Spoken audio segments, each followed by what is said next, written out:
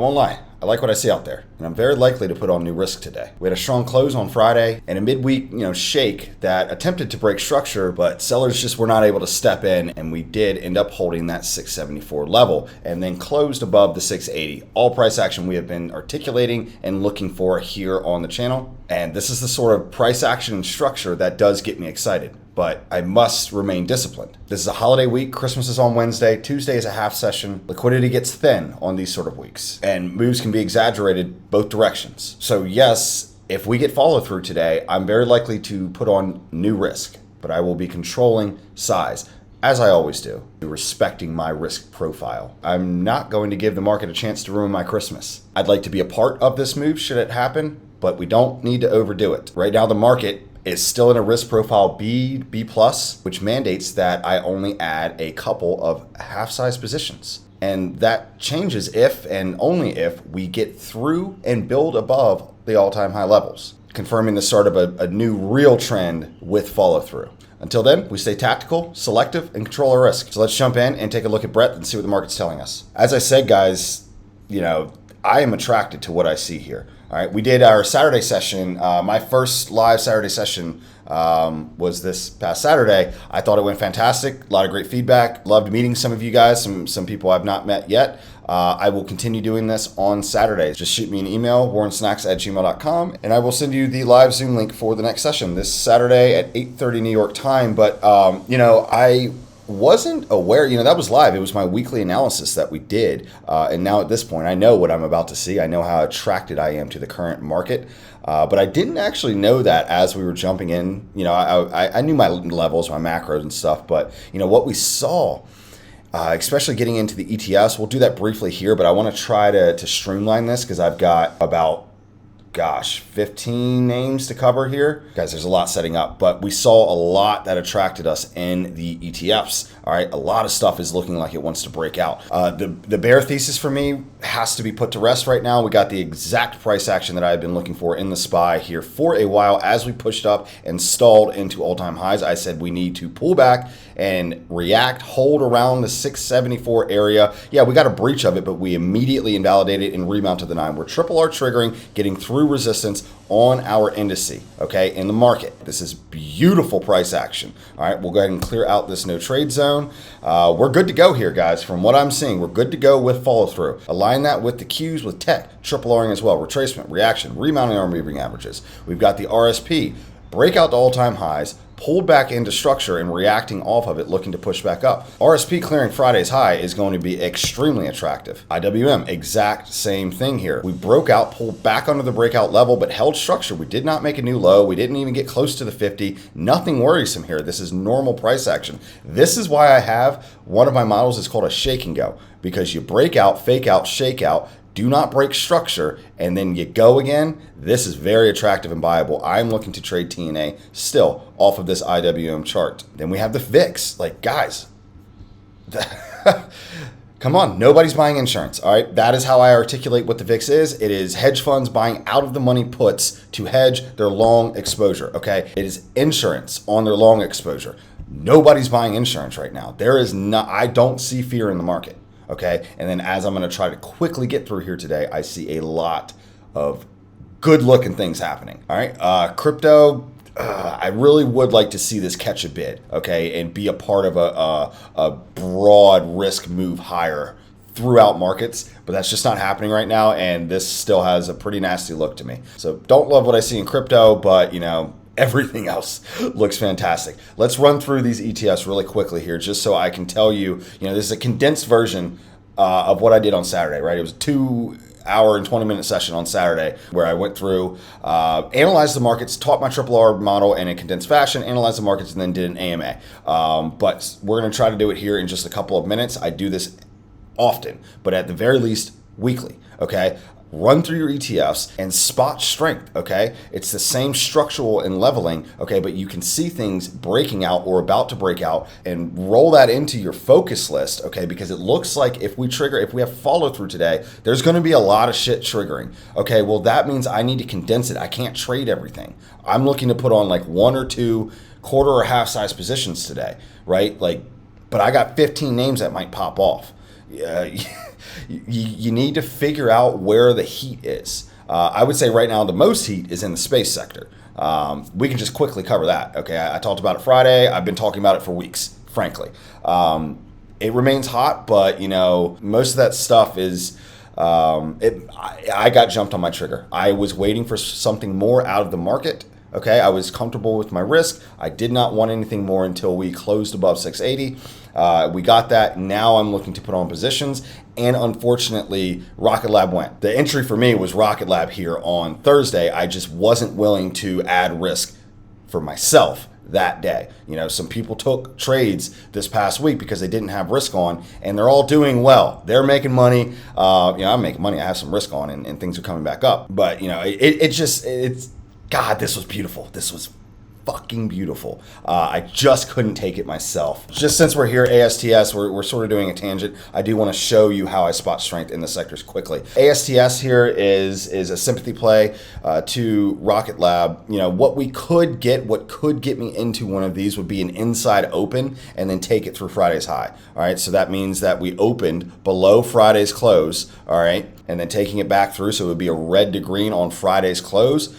I'll look at that, I'll see how I feel, right? If we get a soft open in the market and then we see internals like ramp up and things get attractive and we get a second chance to get into these things, essentially buying the late Friday strength would be, mentally how you could view that. But the trigger was Friday. If we get an opportunity to get into it today, I would like to be in the space. Back to our ETFs. We've got XBI here, biotechs, looking to continue. We're getting a triple R on Friday in the indice retracement reaction. Triple R'ing on Friday. What I'm seeing a lot in the ETFs is triple R's everywhere. Like, this is trend continuation looks for me. All right, retracement reaction at around the level, did not break structure. We're remounting our short term. We're very likely to test recent highs in semiconductors, okay, and in tech and in industrials. Financials is breaking out to all-time highs, pulling back, testing the zone, reacting off of it, pushing back up again. Guys, I don't get it. Any bear thesis, and I'm not talking to anyone directly. I'm just trying to tell you this is what strength looks like. We have financials breaking out to all-time highs.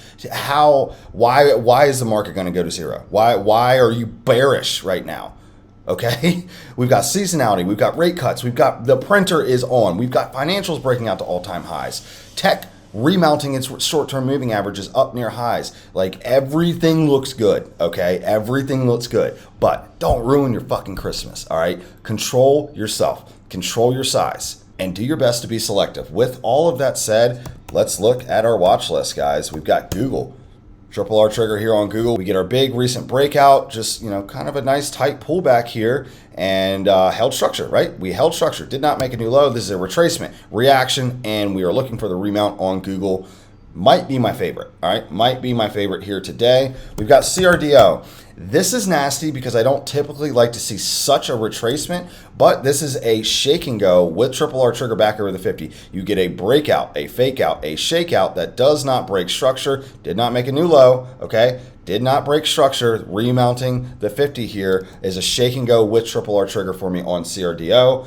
It could go, guys. You can see this thing gets squeezy, all right? It rolled everyone, but they stepped in and held structure. Look at this volume here on Friday. You get an OPEX close on Friday. Heightened volume all over the place on Friday, but positioning is what I would say it was, with all the remounts of the short-term moving averages in the sectors, plus a lot of the names we're going to look at here today. I think there was a lot of positioning on Friday, and if we get follow-through here on Monday, boom, triple R trigger. CLS looks good to me, all right, but I need it over the 50. Retracement reaction did not break structure, held above. All right, retracement reaction, remounting the 50 is going to be a triple R trigger for me on CLS. Reddit is one that I've been looking at. Okay, we had our triple R trigger a couple of days ago, but I was not willing to be in the market in these days. But look, we're holding up. We're trying to clear through this local range here. I would say that would be my trigger. Up, call it 240. 240 on Reddit. Amazon, another one of my favorites long-term. I'm not done buying this stuff long-term. But anyways, in the short term, we've got a stock that is holding structure, about to remount its 50 just below prior all-time highs after a shake and go. Okay, a lot of things to like here on Amazon. We could also get a weekly triple R trigger here. Shake and go, did not break structure, weekly triple R trigger. You could let it get through 230. We got a daily and a weekly trigger at 230 on Amazon. I like it a lot. Apple looks good. all right? Retracement, reaction at or around our level, remount of the 9 on Apple is attractive to me.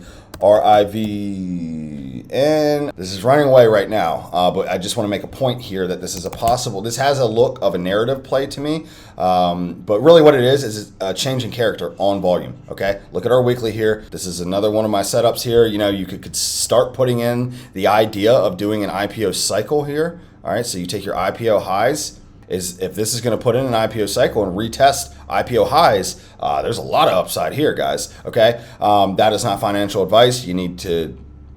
I don't even really know much about this company, but the chart does look as though it has based out and is changing character. So the point that I want to make here, guys, is as we run away, if you're not already in this, just wait for the next triple R. We're confirming. Okay, so the next pullback should hold structure, and if it does, and you take that triple R trigger, that is working with probabilities. And that goes for ZM as well. ZM is another one that is sort of trying to come out of this base or box, whatever you want to call it. I like it a lot. For myself, I'm going to let it break out of the box, pull back and hold, and give me an entry after that, because that is a breakout confirmation. And then we're entering on a triple R on a trend continuation model. So I want to let those things happen, but it is on my radar. FN is quite attractive to me here, guys. Look, triple R triggering. Retracement, reaction, remount. Okay, so another one of those ones where maybe we could look at a soft open in the market, or even if the market, gaps up a little bit and sells off at the open and these things roll below Friday's close. If heat comes into the market, we can look at it on a red to green, gives us sort of, as I said, a second chance at getting into Friday's move. Another one I've got here, I do have an order out on this. I haven't looked at my phone since I came in here to record this. But I do have an order out here on ANET Corporation. Don't know if I've been filled. Let me pull up the file. Now, I think my order was in the 595. Yeah, I might move that order up. I'd like to get into this guy here today. We're triple R triggering on a box breakout. This is in the Japanese market, so you do need to request permission if you're a U.S. citizen like myself. But look, we got a multi-year box breakout happening on volume here, and we pulled back and retested the area, and now we're triple R trades. It's literally what I just said I'm looking for Zoom to do. They make industrial robotics. I want this long term. I'm just beginning to build my exposure. Okay, I have a clear stop at swing low with the triple R trigger. I see a lot of upside potential here in this. I'm looking for, as you can see there, minimum 30% on this move. But the whole idea behind a box breakout is that it will put in the price range of the box within the time range. I don't think it's going to take as long, but yes, I did just say what I said. What I am saying is that I do expect ANET Corporation to go to around 8,500 Japanese yen. Yep, I said it. All right, so doesn't mean that I won't respect my levels, okay? I will get out if we break swing low, but I would love to be in this stock for that move that I do believe is coming. All right, so I'm just beginning to expose myself to it. TER, getting back to the list here. Another example, here's a box breakout that broke out, pulled back, retested, okay, and remounted the short-term moving average, getting back through the box, okay? Yeah, this invalidated a little more than you would have liked to see, but it did not break structure, and it reacted off to the 50 and remounted the prior all-time high, remounted the short-term moving average. I didn't take this trade, but this is the price action that I'm showing you over and over and over and over again to have significance. It does. This shit prints. All right. We got to finish up here, guys. We got to finish up. I got stuff to do. ALAB. All right. This looks good. This is a tough one to get into, but we're remounting the 50. I think it looks attractive on the weekly as well. If you want to be safe here, I think actually I do prefer what I'm going to say here. Let ALAB break out of this zone and let it go, and then give us a triple R after getting out of this zone, confirming trend. We're trying to change character here, and it's very whipsawy, okay? Let it break out, confirm that change of character, and then wait for the next triple R. This is something that I think is going to be on watch early 2026 for me, okay? We got ANET, looks good. All right, ANET looks good back over the 50, looks good on the daily over the 50, looks good on the weekly clearing range. All right, 136 is where I would start looking at it. UEC, uranium, another 2026 theme for me. I do like this stuff. All right, it did try to go, and here you can see why I wait for the remounts, okay? This popped up, looked fantastic on Friday on that day's price action, but it just ran right into the 50 and failed off of it, okay? Doesn't mean I don't think it'll get through, or I do. It means I wait for it to confirm, all right? Get back over our moving averages. And in this case, back over about 1330 looks attractive on UEC. I believe UUUU did have a very similar look. And then ASTS we talked about. All right, this is they're in the space sector, getting some sympathy off of the big push and move in Rocket Lab. They also did get a contract on Friday as well. So very hot sector. I would like to be in it. If we get a soft open and I can red to green, I'll be looking at it. All right. And then we've got Frog, looks decent to me.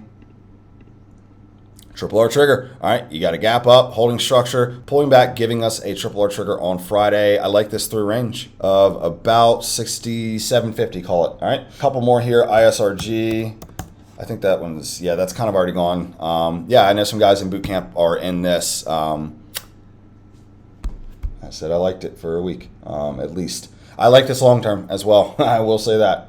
They do surgical robotics, and they're killing it. All right. I do still have a robotics video that I need to finish the edit on and get out. Look for that. It is coming soon. TNA we discussed. I will trade the IWM remount of 252. I will look to trade TNA. This is the 3x leverage ETF of small caps, okay? But I'm trading the IWM chart. RVMD, this is one that popped up for us on our sector analysis that we did live in the Saturday session. And look, this is just something beautiful that I want to start watching, but beautiful, clean, triple R trigger. And I wanted to mention it again because same idea there where a soft open, all right, we could take this guy through Friday's high. Someone asked that in this session on Saturday. I do like that idea, all right? This guy is strong as hell and it's trying to go again here. You get a retracement reaction and we are remounting. Soft open today or a little bit of sell side at the open throughout the markets, I think could get us down below Friday's close. Taking it back through Friday's close would be attractive if everything else heats up as we have discussed. Guys, that's it. That's enough. Stay safe, manage your risk. Let's go make some money. I'll see you soon.